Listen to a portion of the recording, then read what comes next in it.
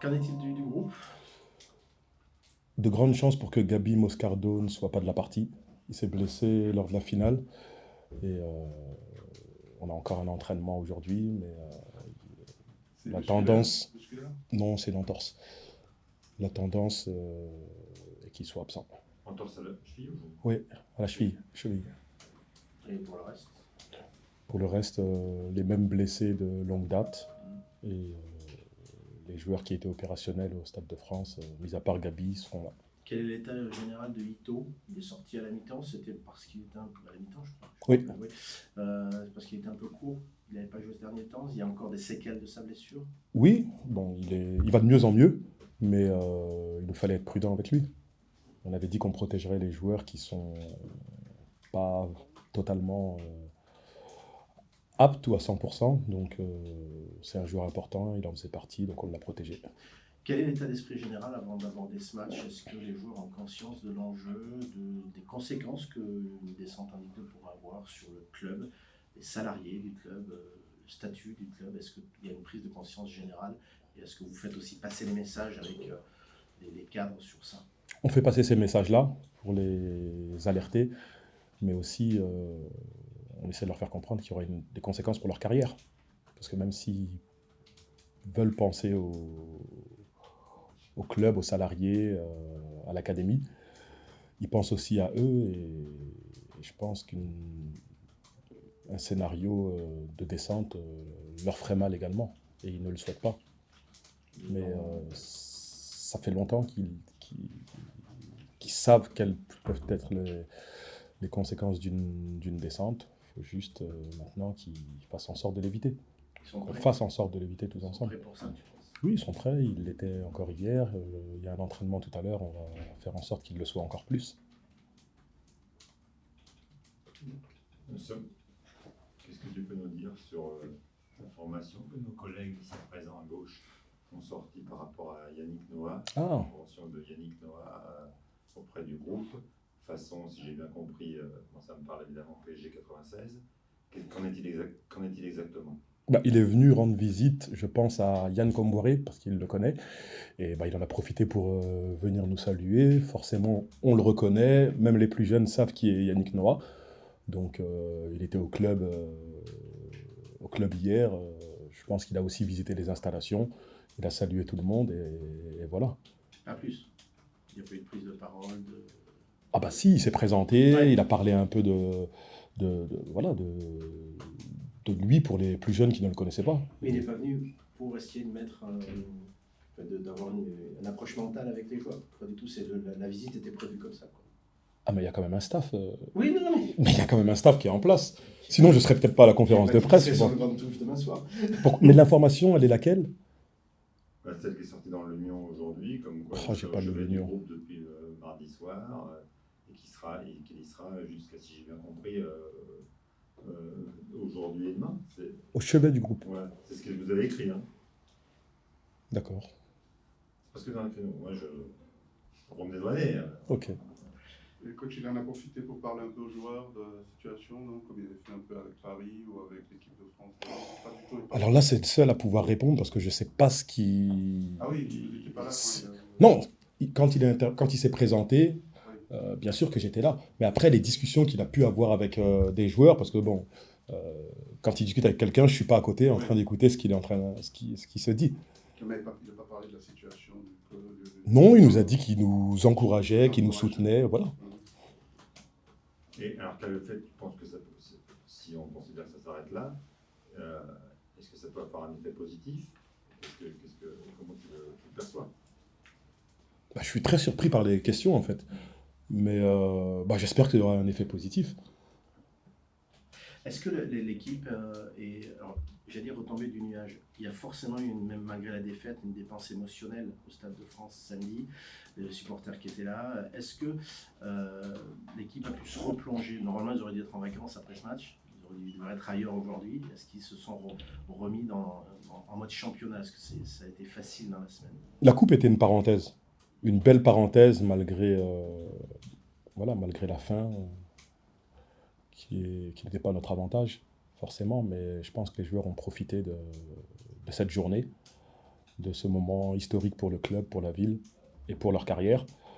Mais cette parenthèse s'est refermée dès la fin du match et après la fin des célébrations. On a l'impression que chez les supporters, même s'ils sont très en colère, ce que tu comprendras, même s'ils sont très déçus de cette saison, ça les a mobilisés au Stade de France, ça les a unis et ils sont prêts à déplacer ce qui s'est passé au Stade de France à Delaune demain. Est-ce que vous l'avez ressenti et est-ce que ça va compter? Le stade est plein, je ne sais pas s'ils seront tous en rouge, mais en même temps c'est le message qui est en train de passer. Est-ce que ça peut évidemment tout changer? Ah bah bien sûr que ce qui nous ont apporté au Stade de France, on ne se l'est jamais imaginé. Voir le virage tout en rouge, voir le soutien, autant de personnes, parce qu'en soi, il y avait plus de personnes au Stade de France qu'il y en a habituellement à Delaune. Donc à la fin du match, forcément, c'était important que les joueurs passent du temps avec eux. Mais s'imaginer qu'ils puissent être aussi nombreux lors du match de demain, ça nous donne de la force. Est-ce que vous sentez peut-être que psychologiquement, justement, cette force va vous servir sur le match qui arrive, et peut-être que ça, voir les gens physiquement au Stade de France, agit comme un déclic, quoi. On se rend compte plus visuellement vraiment du monde qu'il y a derrière vous. Bah, moi, je l'espère. J'espère que les joueurs ressentent que le public les aime. Entre l'amour et la haine, il y a une toute petite limite. Et bien terminer la saison, je pense que ça pourrait... Les gens ne vont pas oublier, mais ça pourrait faire en sorte qu'on reste sur cette image-là. Une image positive et peut-être repartir ensuite sur d'autres bases. Mais les gens qui sont mécontents, c'est parce qu'ils aiment le club. C'est parce qu'ils aiment l'équipe, c'est parce qu'ils aiment les joueurs, même si parfois on les aime un peu moins parce qu'ils nous déçoivent. C'est comme pour tout. Pour vous, Samba, est-ce que c'est le match le plus important de votre carrière d'entraîneur? Est-ce que demain c'est un match qu'on appelle un choc? Est-ce que vous y avez pensé comme ça ces derniers jours? Plus pour le club que pour moi en soi. C'est bien sûr que c'est un match qui est crucial parce qu'à l'issue de la rencontre, soit on se maintient en Ligue 1, soit on bascule en Ligue 2. Donc il n'y aura pas d'entre-deux, c'est un match coup près, on connaît l'importance de celui-ci. Mais c'est pas forcément par rapport à moi, quoi. Mais si ça se passe pas bien, ce sera un échec quand même pour vous? Bien sûr que ça sera un échec. Ah oui. Mais bon, pour prolonger la question, est-ce que tu penses l'influence que ça peut avoir sur ton avenir personnel à la tête de l'équipe en fonction de ce qui se passe? Ou pas du tout? Non, il n'y aura pas d'influence. Il n'y aura pas d'influence sur... C'est peut-être naturel quoi qu'il arrive. Mais ça, vous verrez bien, c'est pas moi qui décide, mais il n'y aura pas d'influence. Si c'est la question que tu me poses, je te réponds très sincèrement. Et un entraîneur dort bien avant justement ce match de cette importance? Un entraîneur, il dort moins, mais pas moins parce que c'est ce match-là. Parce que depuis quelques mois, oui, forcément, je dors moins parce que je pense à des choses dont je n'avais pas la responsabilité avant. Mais ça, c'est normal et c'est à moi et à nous de faire en sorte que je puisse mieux dormir les prochains jours. Et que je puisse dormir tout simplement. Voilà.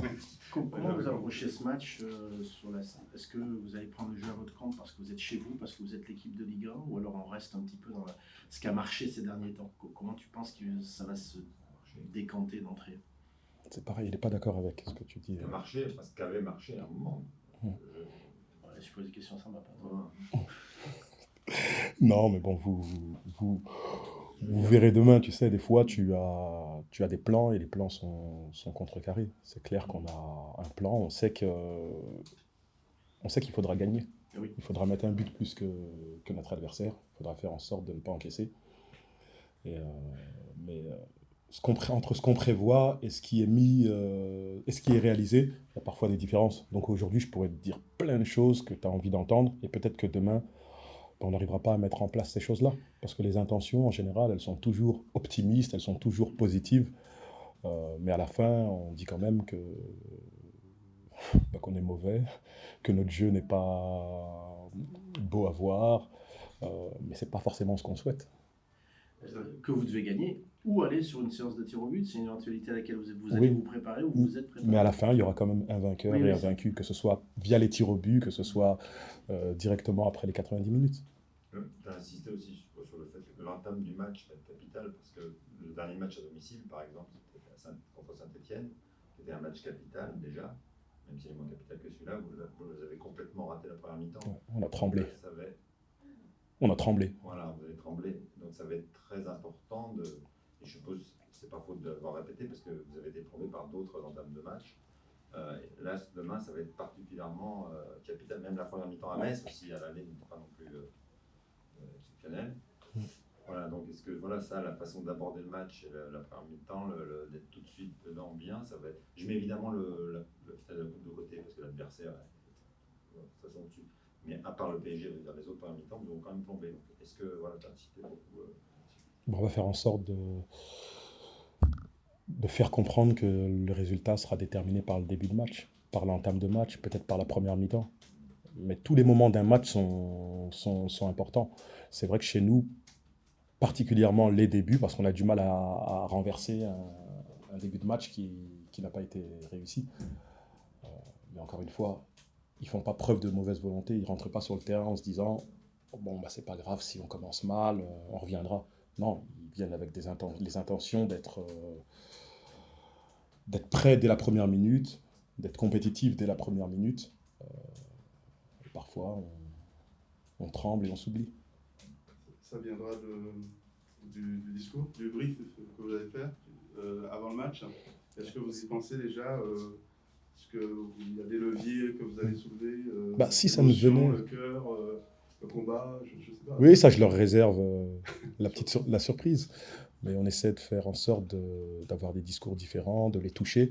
Mais si ce n'était que question de discours, je suis persuadé que dans la salle, il y en a qui font des meilleurs discours que moi. Et si ça permettait de gagner, il faudrait demander au Stade de Reims de faire un contrat à la personne qui pourra faire le meilleur discours d'avant-match. Il ne suffit pas de ça.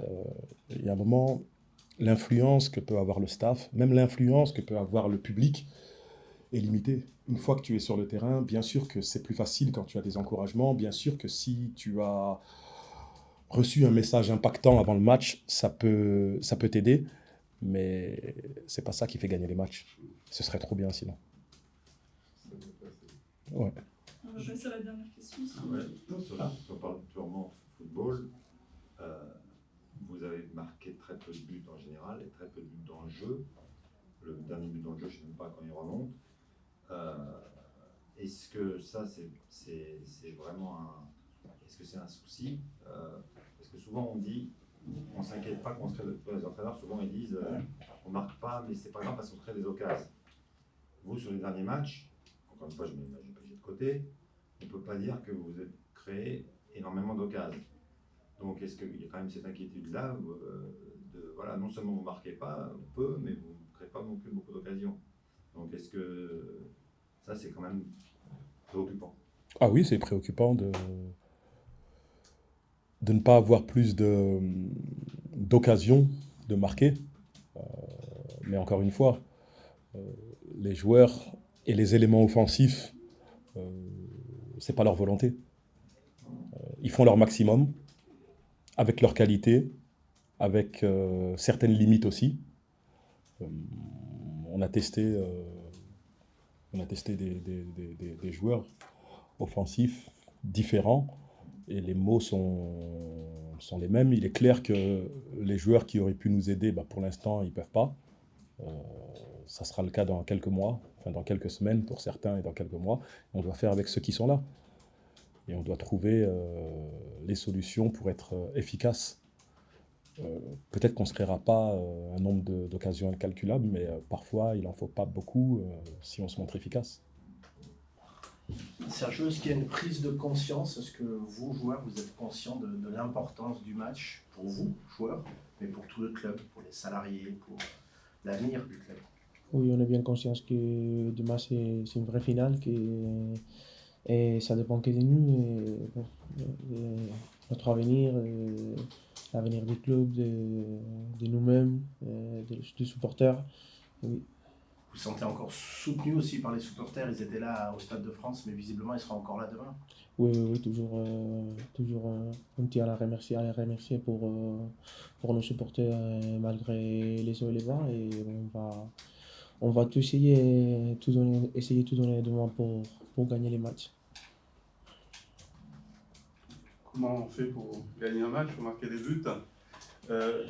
Quelles leçons avez-vous retenues du match aller? Ils vont commencer fort. Il faudra une bonne entente de match et après rester bien solide et avoir les contrôles de jeu et gérer bien les transitions.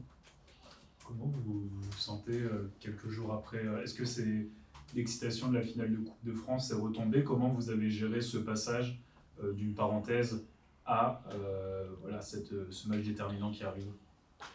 Bon, c'était une belle parenthèse parce que bon, on a joué la finale de la Coupe et c'était un bon parcours que l'on a fait. Mais bon, après la défaite, c'est fini et il fallait se concentrer dans les matchs qui viennent. Au fond de vous-même, vous pensez que le Stade de Reims va garder sa place en Ligue 1? Et oui, au fond de moi-même, je crois qu'on va le faire et on a toutes les capacités pour le faire et je crois qu'on va le faire. Oui. Il semblerait que ces derniers jours, hier ou avant-hier, on avait rencontré un personnage important qui s'appelle Yannick Noah. Est-ce que voilà, ce que tu en as retenu, comment ça s'est passé, voilà, qu'est-ce que tu peux nous dire là-dessus? Ce que je peux dire sur Yannick Noah, c'est qu'il est venu, il est passé mardi pour voir les clubs, nous dire bonjour et c'est tout. Et vous n'avez pas parlé aux joueurs en particulier ou ça reste un groupe Non, bonjour, juste pour nous saluer et tout ça. Okay. On est à la fin de la saison, hein, ce dernier match. Si tu dois dresser un bilan de ton parcours personnel de la saison, comment tu le juges? Bon, moi, personnellement, je crois que c'est un peu comme l'équipe. On a bien entamé la saison et on a bien fait les choses au début de la saison. Après, on a encaissé beaucoup de défaites et on n'a pas réussi à gagner des matchs. Et pour la fin de la saison, je crois que je vais bien et je me sens à l'aise avec l'équipe. Et je pense que je peux aider l'équipe à gagner.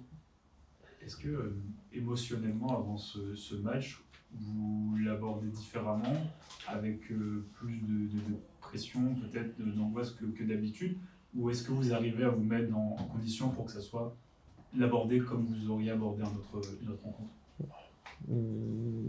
Je crois que ça c'est l'objectif. Après, c'est pas facile parce qu'on sait tous que ça va être un match déterminant. Mais oui, je crois qu'il faut voir le match comme un autre match, mais pas oublier que c'est très important, comme je viens de dire, pour le club, pour les supporters et pour nous-mêmes. Est-ce que cette équipe de Metz vous a surpris, vous a impressionné la semaine dernière? Pas surpris, on savait qu'ils s'entendent bien les matchs, on sait ils ont des joueurs, des attaquants très rapides et on sait ce qu'ils vont faire, et on va essayer pour le match demain de gagner. Si tu avais un regret cette année, ce serait lequel? Et prendre un point de moins, un de plus. Ouais. Le coup de Lille, ça a été dur à digérer en attendant le match du Havre. Oui, c'était dur parce que tout s'est passé à la fin du match en direct, c'était dur.